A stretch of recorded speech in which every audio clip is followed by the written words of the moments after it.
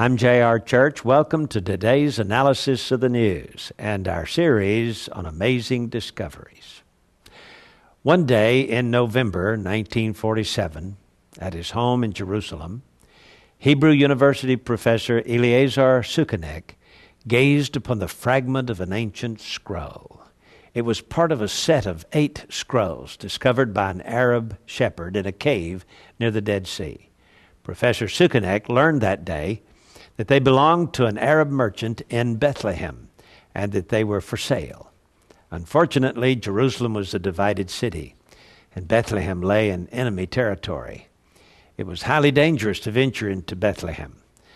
Yigal Yadin advised his father against it.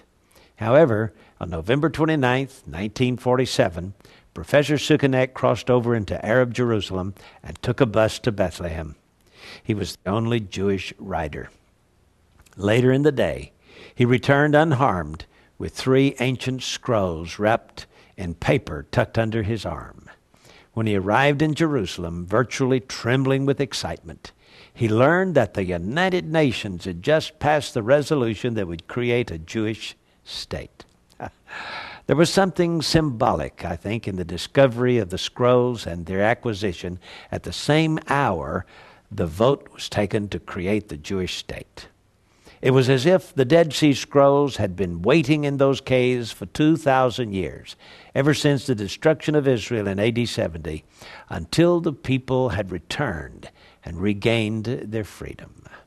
His son, Yigal Yadin, later bought the other scrolls for $250,000. Today, those scrolls are housed in a museum in Jerusalem called the Shrine of the Book. It was an amazing discovery. I'm J.R. Church. I'll see you again tomorrow afternoon. Until then, keep looking up.